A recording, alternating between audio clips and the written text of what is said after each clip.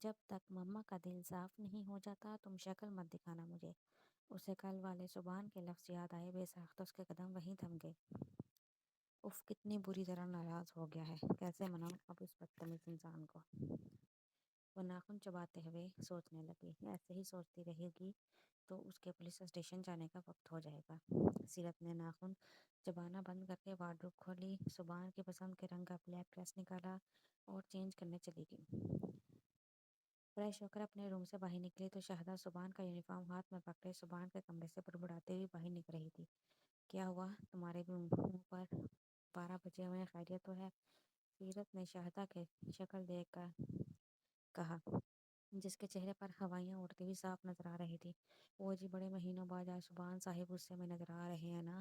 وہ جب سے یہاں پر آئے ہیں میں نے انہیں صرف 2 بار غصے میں دیکھا ہے۔ ایک بار تب جب رنم بی بی روتی ہوئی گھر آئی تھی اور انہیں معلوم ہوا تھا کہ رنم بی بی کی اکیڈمی کے کسی لڑکے نے ان سے بدتمیزی کی ہے، تب وہ بہت غصے میں اس لڑکے کے گھر گئے تھے۔ اور دوسری بار تب جب بڑے صاحب یعنی بہروز کے دوست یہاں پر ہمارے ہی گھر میں آ کر بڑے صاحب سے لڑائی کرتے ہوئے انہیں برا بھلا کہہ رہے تھے، تب پہلی دفعہ میں نے سبحان صاحب کو بڑے صاحب کے دوست پر چیختے ہوئے دیکھا۔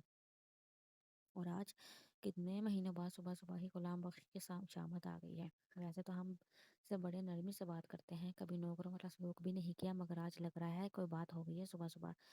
شہدا نے ایک سانس میں سیرت کو کھڑے کھڑے پوری کہانی سنائی اور پھر سانس لی۔ جانتی ہو، میں تمہارے صاحب کے غصے کو بالکل سمندر کے جہاز کی طرح ہوتا ہے۔ یہ یونیفارم کہاں لے کے جا رہی ہو؟ سیرت نے شہدا کے ہاتھ میں پکڑا زبان کا یونیفارم دے کر پوچھا۔ وہ جی، کل اس پر استری مارنا بھول گئی تھی۔ شہدا نے تھوک نکلتے ہوئے اپنی غلطی بھی بتائی۔ لاؤ مجھے دو، یہ یونیفارم میں آئرن کر دیتی ہوں۔ جاؤ ناشتے کے لیے چائے کا پانی رکھو، پراٹھوں کے لیے تازہ آٹا گوندھو۔ سیرت نے شہدا کے ہاتھ سے یونیفارم لے کر اسے ہدایت دی۔ شہدا سر ہلا کر چلی گئی۔ سیرت زبان کا یونیفارم آئرن کر کے اس کے کمرے میں آئی تو وہ کل رات والے کیجول حلیے میں کمرے میں ٹہلتا ہوا شاید اپنے یونیفارم کا انتظار کر رہا تھا، مگر سیرت کو کمرے میں آتا دیکھ کر اس کے چہرے کے زاویے یکسر بدلے، نرمی کی بجائے اس کے چہرے پر سختی آ گئی۔ تمہیں کوئی ضرورت نہیں ہے میرا یونیفارم لے کر میرے کمرے میں آؤ، یہ کام کرنے کے لیے میں نے شہدا سے کہا تھا، تم سے نہیں۔ زبان نے اپنے یونیفارم سیرت کے ہاتھ سے چھینتے ہوئے کہا۔ اوہ آرام سے بھائی، کتنی محنت سے آئرن کیا ہے، تمہاری بیوی میں ہوں یا شہدا سے نکاح کیا ہے تم نے؟ سیرت نے معصومیت سے زبان سے پوچھا۔ 45 سالہ شہدا کے بارے میں اپنے سے نکاح کی بات سن کر وہ مزید تپا۔ اپنی زبان کو کنٹرول میں رکھا کرو سیرت۔ زبان انگلی اٹھا کر اسے وارن کرتا ہوا بولا۔ واہ میرے ایس پی، آج لگ رہے ہو صبح سے ہی کے دبنگ پولیس والے۔ سیرت اس کے غصیلے انداز پر اسے چھیڑتے ہوئے بولی۔ ہو گیا تمہارا؟ اب جاؤ، میرے کمرے سے چینج کرنا ہے مجھے۔ زبان نے کرخت لہجے میں کہا۔ اچھا نا، اب اتنا زیادہ تو غصہ مت دکھاؤ، جلدی سے نیچے آ جاؤ، ناشتہ بنا رہی ہوں تمہارے لیے۔ زبان کا لہجہ اس کا اس لیے فیل ہوا کہ پہلے کبھی زبان نے اس طرح کی بات نہیں کی تھی، مگر سیرت اس کے لہجے کو اگنور کرتی بولی۔ تمہیں کوئی ضرورت نہیں ہے میرے لیے ناشتہ بنانے کی، زبان نے کہنے کے ساتھ اس کا ہاتھ پکڑ کر اسے باہر کیا، اپنے کمرے کا دروازہ بند کیا۔ شاید وہاں سے زیادہ ہی ہرٹ کر چکا تھا۔ سیرت سیڑھیاں اتر کر کچن میں جاتے ہوئے سوچنے لگی۔ ناشتے میں سیرت نے تہہ دار پراٹھے بنائے، بالکل ویسے ہی جیسا فائزہ، زبان اور کشان دونوں کو اسکول کے لنچ میں بنا کر دیتی تھی۔ اور زبان کا پسندیدہ پیاز والا آملیٹ۔ ناشتہ بنا کر ٹرالی میں ساری چیزیں رکھتی ہوئی وہ ہال میں آئی تو اسے زبان سیڑھیاں اترتا ہوا نظر آیا۔ آؤ سو بھی دونوں مل بانٹ کر ناشتہ کرتے ہیں، اس سے محبت بڑھتی ہے۔ سیرت نے مسکراتے ہوئے زبان کو دیکھ کر کہا۔ میں نے تمہیں منع کیا تھا نا کہ میرے لیے ناشتہ نہ بنانا۔ زبان سیرت سے کہتا ہوا باہر جانے لگا۔ ناشتہ نہیں کرنا تو پھر اپنا یونیفارم اتارو۔ سیرت اس کا راستہ روکتے ہوئے بولی، کیونکہ اب اس کو غصہ آنے لگا۔ اتنے نخرے اس نے کبھی پہلے زندگی میں نہیں دکھائے تھے۔ کیا بےہودگی ہے، منہ کھولنے سے پہلے ذرا سوچ لیا کرو کیا بول رہی ہو۔ زبان اس کی بات سن کر اپنے ماتھے پر ناگوار شکنیں لاتا ہوا بولا۔ بس تمہارے دماغ میں تو ایک ہی بات آتی ہے، میرے کہنے کا مطلب تھا جب میرے ہاتھ کا بنا ہوا ناشتہ نہیں کرنا تو یہ کپڑے بھی تمہارے میں نے آئرن کیے تھے، اتارو انہیں ابھی۔ اپنی لفظوں پر غور کرنے کے بعد سیرت بغیر شرمندہ ہوئے بولی۔ آگے بڑھ کر زبان کا کالر اپنے ہاتھوں میں لیا، زبان اس کے ہاتھ چھڑا کر باہر نکل گیا۔ آج چھٹی کا دن تھا، کشان گھر پر ہی موجود تھا۔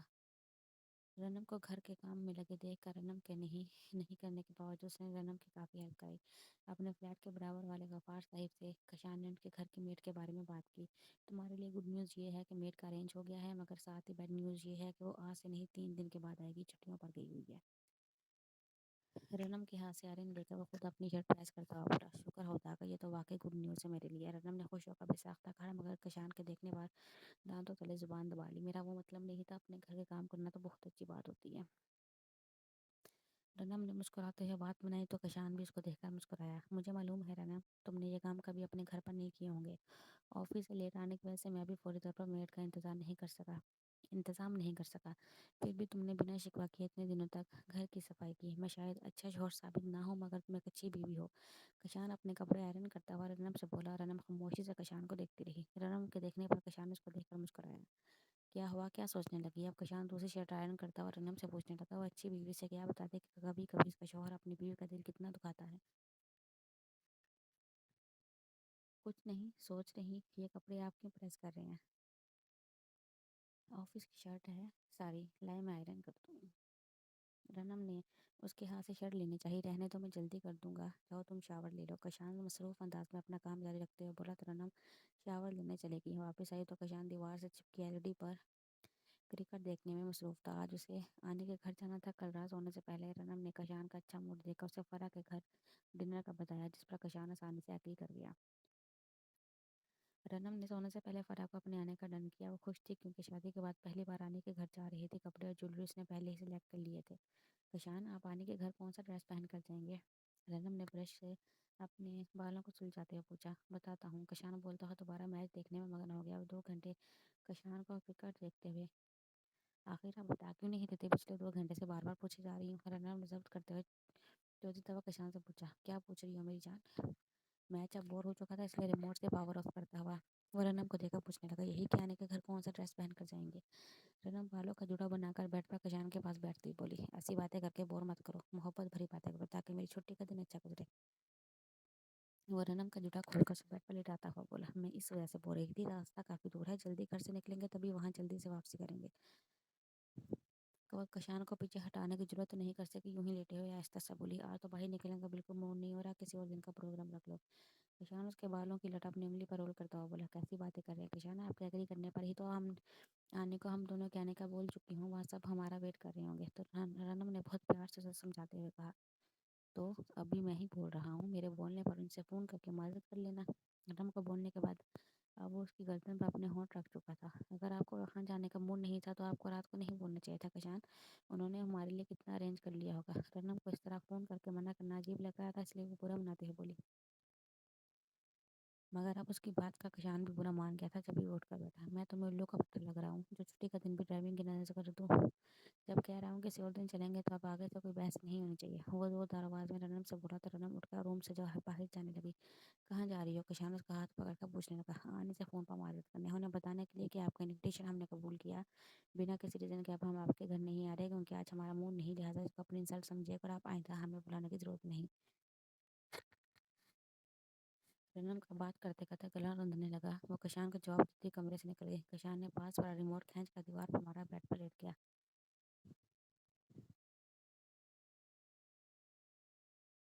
وہ 20 منٹ سے ڈرائنگ روم میں صوفے پر دونوں پاؤں اونچے کیے بیٹھی یہی سوچ رہی تھی اینڈ وقت پر آنے کو کیا بہانہ بنا کر انکار کروں۔ 3 دفعہ اس نے اپنا موبائل ہاتھ میں لیا اور خود صوفے پر رکھ دیا۔ جب کچھ سمجھ میں نہیں آیا تو اسے رونا آنے لگا۔ کیا مصیبت بڑی ہے تمہیں؟ میں ابھی مرا نہیں ہوں جو یوں سوگ منانے بیٹھ گئی ہو یہاں آ کر۔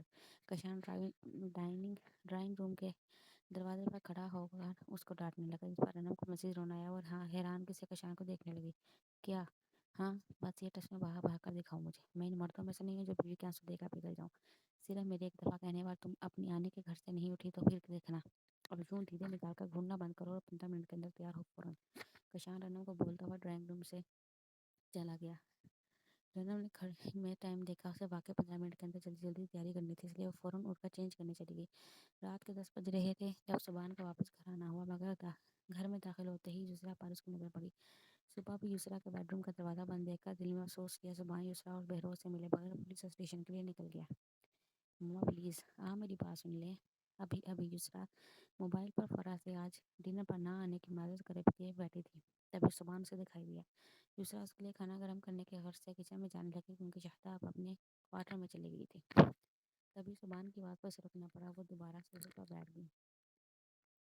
سبحان چلتا ہوا یسریٰ کے پاس آیا، اس کے قدموں میں بیٹھ کر سبحان نے یسریٰ کا ہاتھ تھاما۔ ماما آئی ایم سوری، مجھے معلوم ہے میری وجہ سے، میرے عمل سے کل آپ کا بہت دل دکھا ہوگا۔ میری پوری بات سن لیں، پھر بے شک جو چاہے سزا دیجیے گا، میں آپ کے آگے اف نہیں کروں گا۔ سیرت مجھے بچپن سے ہی اچھی لگتی تھی، آپ کے اور بابا کے پاس آنے کے بعد میرا اس سے کوئی کانٹیکٹ نہیں رہا، وہ کھو گئی تھی مجھ سے، مگر شاید اللہ کو اسے آپ سے اور بابا سے ملانا تھا، چند ماہ پہلے وہ مجھے دوبارہ ملی۔ اس کے بعد انہوں نے اسے پالا ہوا ہے، وہ بہت بیمار تھے، ان کے کہنے پر بہت زیادہ اصرار پر میں نے سیرت سے نکاح کیا، مگر اس وقت مجھے معلوم نہیں تھا کہ وہ آپ دونوں کی سگی بیٹی ہے۔ وہ وقت اور سچویشن ایسی تھی کہ میں آپ کو یا بابا کو نکاح کے بارے میں بتا نہیں سکا، یہ شاید اندر سے ڈر تھا کہ آپ انکار نہ کرتے، میں کسی دوسری لڑکی کے ساتھ اپنی لائف نہیں گزار سکتا، اس لیے میں نے سیرت سے نکاح کر لیا۔ اس بات کا ملال مجھے ساری زندگی رہے گا کہ میں نے اپنے نکاح سے اپنے ماں باپ کو لائل میں رکھا، ان سے چھپ کر نکاح کیا، مجھے معاف کر دے ماما، میں نے آپ کے اور بابا کے بغیر یہ سٹیپ اٹھایا۔ نکاح کے بعد مجھے معلوم ہوا سیرت آپ کے اور بابا کی کھوئی ہوئی بیٹی ہے۔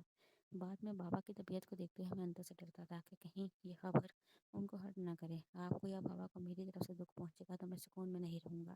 آپ مجھ سے کل سے بات نہیں کر رہی، میں سکون میں نہیں ہوں، پلیز آپ دونوں مجھ سے ناراض مت ہوئیے گا، میں کسی بھی قیمت پر آپ دونوں کو کھونا نہیں چاہتا، نہ آپ دونوں کی آنکھوں میں یا دل میں اپنے لیے ناراضگی دیکھ سکتا ہوں۔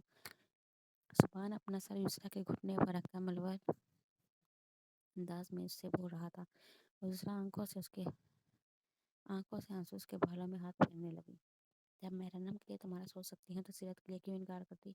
مجھے تو بتا دیتے بیٹا، مجھے کیوں اس بات سے دکھ ہوتا، اتنے دن تک تم نے اپنے دل پر بوجھ رکھا۔ یسریٰ کے لہجے میں کہیں ناراضگی کا عنصر شامل نہیں تھا، یہ آنسو بھی شاید تشکر کے تھے کہ ان کا بیٹا اپنے دل میں اپنے ماں باپ کے لیے اونچا مقام رکھتا ہے، ان کے دل دکھانے سے، ناراضگی سے ڈرتا ہے۔ یہی سوچ کر آپ کو بتانے سے ہچکچاتا تھا، کہیں آپ یہ نہ سوچیں کہ میری بڑی بیٹی پر نگاہ رکھی ہوئی تھی۔ سبحان کے بولنے پر یسریٰ کو ہنسی آ گئی۔ پاگل!